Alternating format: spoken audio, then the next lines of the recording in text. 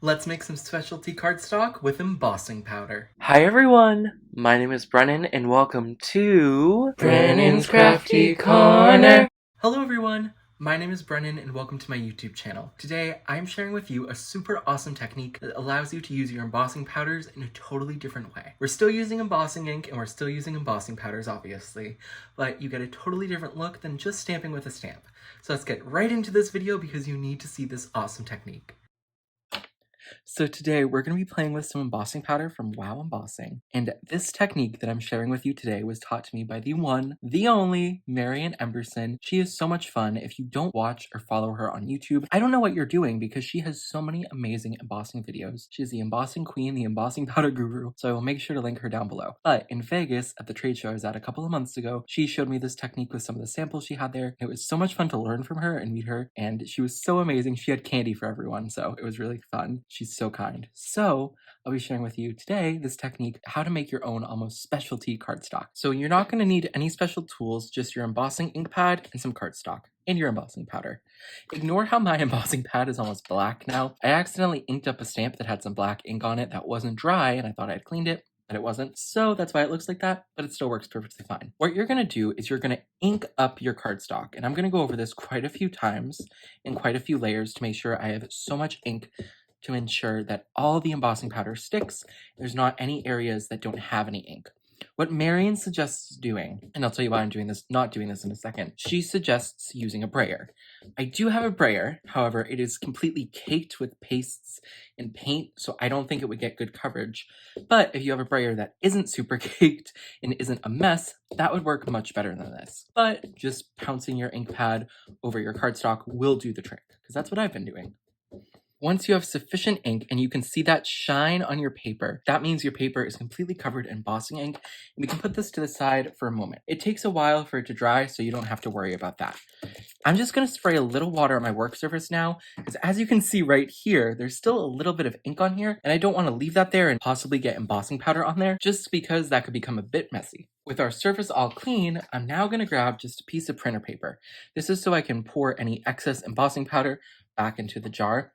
I'm not using my normal coffee filter just because I have a feeling that my embossing powder could go a little bit further, and this is a little bit smaller, so I think the larger piece of paper will do the trick. So now what I'm going to do is I'm first going to go in with this Fruit Tingle embossing powder, and I'm going to use this little scooping tool from Nuvo. Marion suggests that you use metal tools with your Wow embossing powder just because they're already anti-static, and it just helps to prevent introducing any static. So what I'm going to do is I'm going to scoop this embossing powder up, and I'm just going to tap over it. We do want to, I had that spoon upside down. We do want to get quite a lot of coverage on here with this first try, but we do want to also leave some white space. Also, if you have an overhead ceiling fan in your room, I would suggest turning that off or turning it on low, just because you can see how that powder's kind of flying to the right. That's because I do have a fan going, so might not be the best idea for that. Okay, now I can tap off any excess powder back into the jar.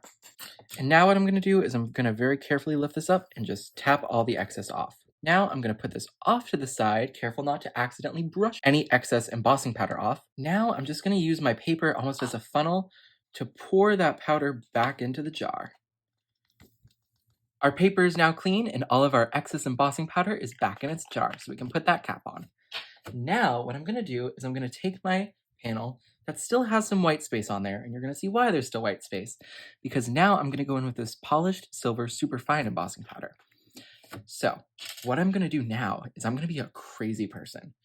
And I'm just going to pour this directly on top, getting it all over. Since this Wow embossing ink is really strong, that purple should not come off.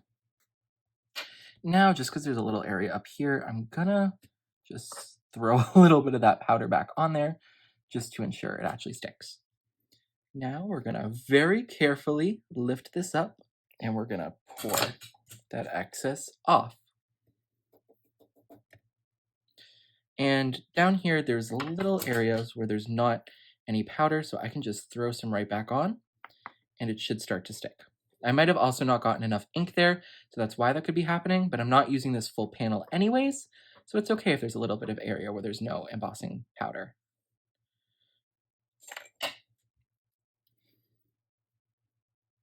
but this panel is already looking so pretty. So I'm gonna put this off to the side and I'm gonna heat it up. But once again, we need to clean this up. Just like before, I'm gonna use this paper as a funnel. And now I'm gonna take my heat gun and I'm going to actually heat this from underneath. This is just so you don't blow any powder off of it by mistake.